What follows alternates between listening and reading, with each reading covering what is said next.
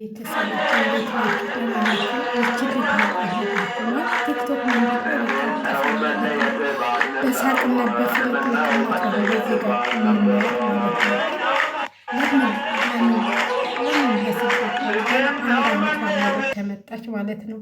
ለቤተሰቦችሽ እንኳን አታስብም። ለሌላው ቢቀር ለምን ህይወትሽን ከማጥፋት ወደ ሀገርሽ ቤቢስ ምንም እኮ እንትን የለውም። እና እህቶቻችን በምንም ይሞቱ አሁን ራሳቸውን አጠፉ እየተባሉ ነው። በቃ በሁሉ ነገር ራሳቸውን አጠፉ፣ ራሳቸውን አጠፉ። ደግሞ ሰሞኑን የመጣው እንደዚህ ነው፣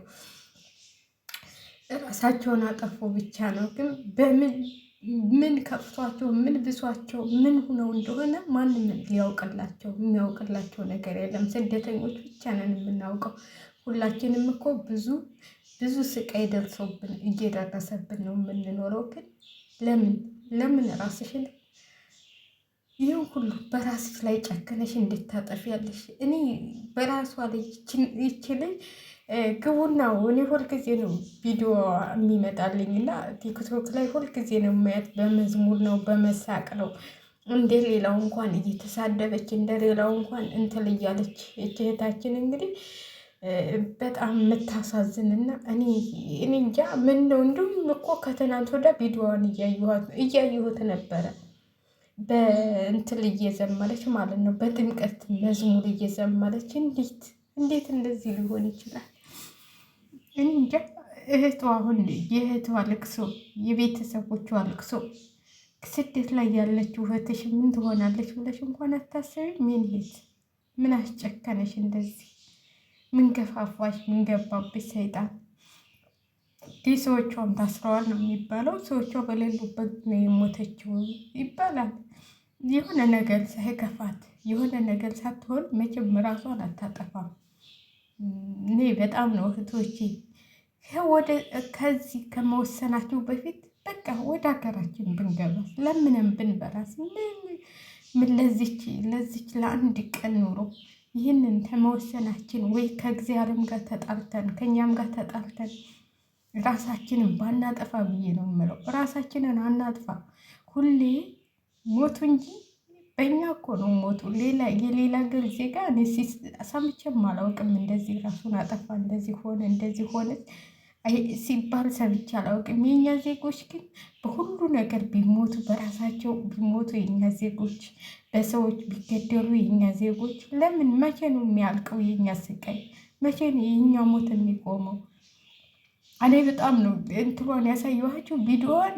በቃ እንዴት ፍልቅልቅ እንደሆነች እንዴት አንድ ቀን ሰው እንደዚህ ሳይከፋው እየተደሰተ መሞት አለ እንዴ? እየተደሰተ ራሱን ማጥፋት አለ እንዴ? እኔ አንዳንዴ እኮ ሚዲያ ላይ ስንወጣ ማለት ነው ውስጣችንን እየደበን ውስጣችንን እያለን እንደዚህ የምንለፈልፈው ውስጣችን እየተቃጠለ ውስጣችን እየነደደ ሁላችንም እውነቴን ነው የምላችሁ። ከኔ ጀምሮ ስደት ላይ ስንኖር ሁላችንም ደርቶን አይደለም የምንኖረው፣ ግን ራሳችን እንትለያን የወደፊት ኑሯችንን እያሰብን ነው እየኖርን ያለ ነው ማለት ነው። እኔ በጣም ነው አንጀቴን የበላችኝ። እናቴ ትሙት በጣም ነው። እኔ እንደውም እኮ እኔ ጠዋት ጀምሬ ቲክቶክ ላይ ስገባ እያየኋት ነበር። ምንድን ነው እያስመሰሩባት ነው እንዲህ ብዬ ነበር። አሁን ነው እንትን ላይ ስገባ በቃ ሳያት በቃ አንጀቴን የበላችው እና እንጃ እኔ አላውቅም። ይህን ያህል ለዚህ ሁሉ ምን አበቃሽ የኔ እናት? ምን አበቃሽ? አንቺ እኮ ሄደሽ ሀገርሽ ላይ የሆነ ዓላማ ሊኖርሽ ይችላል። አንቺ ገና ትንሽ ልጅ ነሽ። ገና ሩጠሽ እንኳን ያልጠገብሽ እንኳን ስደት ለእናትሽ አይተሽ እንኳን ያልጠገብሽ ልጅ ነሽ። እንደ ይህ ስደት ደግሞ ህጣናቶችን ያስመጣና በቃ ቶሎ ተስፋ እንዲቆርጡ ተስፋ እንድንቆርጥ የሚያደርገን ነገር ምንድን ነው? እውነቴን ነው የምላቸው። ብዙ ነገር ያስመኛል። እኔ ራሱ ለምን ራሴን ባጠፋስ ያልኩበት ጊዜ ያለ፣ ግን እግዚአብሔር ሆይ ይቅር በላይ ነው ያልኩት። ማለት ሲብሳችሁ ሲከፋችሁ የሆነ ምኞት ውስጣችሁ እየደበነ ላውላውን ስስቁ ሰው ትመስላላችሁ።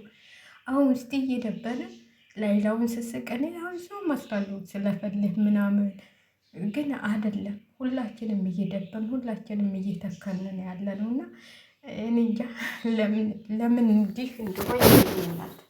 እኔ በጣም ያሳዘነችኝ ማለት ሁላችሁም እንግዲህ ቲክቶክ ላይ የምሰራውን ቪዲዮ ሁላችሁም ታያላችሁ። እንደሌላው እየተሳደበች ወይም እንትን እያለች አይደለም፣ እየጨፈረች አይደለም፣ መዝሙሯን እየዘመረች ነው እንትን የምትለውና እንግዲህ እግዚአብሔር አንዳንዴ የሚወደውን ሰው ነው እንደዚህ እንትን የሚለውና እንደው ብትታገሽ እንኳን ይችን ቀን ብታሳልፊያት። ለነገሩ ያው የማያሳልፍ እንትን ነው በስደት አሁን እንግዲህ ያው ገንዘብ አዋጡ እየተባለ ነው። ብዙ እንትሎች ሰዎቿም ታስረዋል እየተባለ ነው። እነሱ ታሰሩ አልታሰሩ እነሱ በገንዘባቸውም በሀገራቸውም እንትን ይወጣሉ። እሷ ነች የቀረችው። አንዳንዴ የሰው ልጅ አሁን እኛ በሷን ልንፈርድ አንችልም። ሞታለች። ማሳለፍ ብትችል ኑሮ እያልፍ ነበር።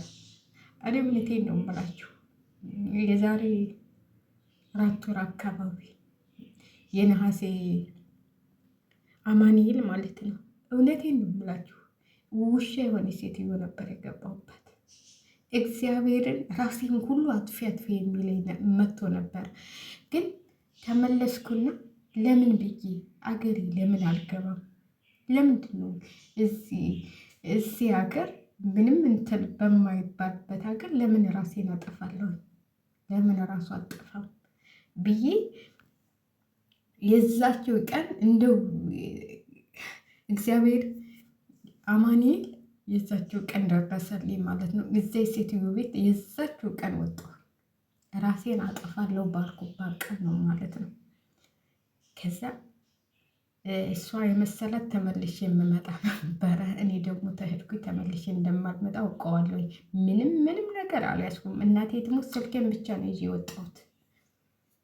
በቢጃማ ነው የወጣሁት። በቢጃማ በአንዲት ጡት ማስያዣ በአንዲት እንትን እና እሱ ያልፋል። ምንም የማያልፍ ነገር የለም። ያችን ቀን ግን ራሴን አጥፍቻት ቢሆን ለቤተሰቦችም ጠጠት ለእኔም ወደ ያው ይችን ቀን አላይም ነበርና ማሳለፍ ብንችል ነው የምለው። ማሳለፍ ብንችል እውነቴን ነው የምላችሁ። ከዛ በኋላ ደግሞ እኔ ራሴን አጥፊያት በሚለኝ ሰዓት ደግሞ ሴትዮዋ መታ እሳት ውስጥ ልከተኝ ነበር። የዛን ጊዜ ግን እናንተ እግዚአብሔርን አምናችሁ ተወጣችሁ እጎናችሁ እንደሚቆምላችሁ ብቻ መመልከት ነው። እውነቴን ነው የምላችሁ። ህይወታችንን ከምናጠፋ በምናምንበት እምነት ሙስሊምም እንሆን ክርስቲያንም እንሆን ጴንጤዎችም እንሆን በምናምንበት እምነት ያንን በቃ ፈጣሪ ድረስልኝ አንተ ጠብቀኝ ብለን በቃ እንትን ማለት ነው ያለብን። እሷ እንትን ላለችው አይደለም ለሁላችንም ነው። እና 4ቱን ጋዝ ለኩሽ ነበረ። በዛ ጋር እንትን እሰራለሁ፣ በዛ ጋር ምሳ እየሰራሁ ነበረ። እጄን ይዛ ልታቃጥለኝ ነበር ሴትዮዋ ማለት ነው። ከዛ ገፍትሬያት ወጣሁ። ከዛ ማድቤት አልገባም አልኳት። ለምን ብዬ አልገባም ውሰጂ በቃ አልፈልግም አልኳት። አልፈልግም እጭ አልኳት። በቃ እኔ ደግሞ ተመጣብኝ እንደዚህ ቀልድ ምናምን የለም አይጭ አልኳት። እኔ እኮ ኢትዮጵያ እዚህ ጋር ለማይመሰልኩሽ እንዴ ሰርቼ የምበራ ሰው ነኝ። ከአንቺን ተለማመጭ ልኖር ብሞት አላድርም እዚች ቤት ነው ያልኳት። ልጆቿ መተው ምን ቢሉ ለምን ብዬ አልኳቸው። ገለኛ ለማደሯን በምን አውቃለሁ። ስለዚህ ትውሰዴ። ከዛ እግዚአብሔር ይመስገን ያው ወጣሁ፣ እዛ ቤት ወጣሁ። 1 ወር ግን እንትን ተቀመጥኩኝ ማለት ነው። ሴትዮዋ እንትን ብላኝ ማለት ነው። አልከንስልም ብላ ስላ እንዳትገባ ብላ እንትኑ ደላላው ዘመዷ ነበረ። ግን ምንም አላረገኝም። እሱ ምንም በቃ ለምን አማኑኤል ከጎኔ ነበረ። ከጎኔ ቆሞልኛል።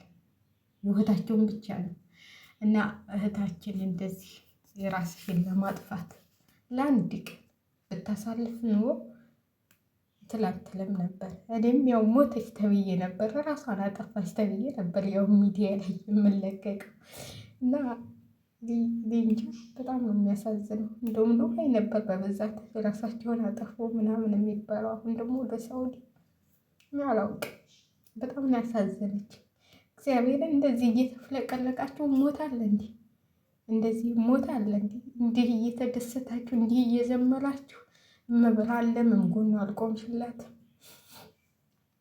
እንጃ እንግዲህ ነፍሷን ይማረው።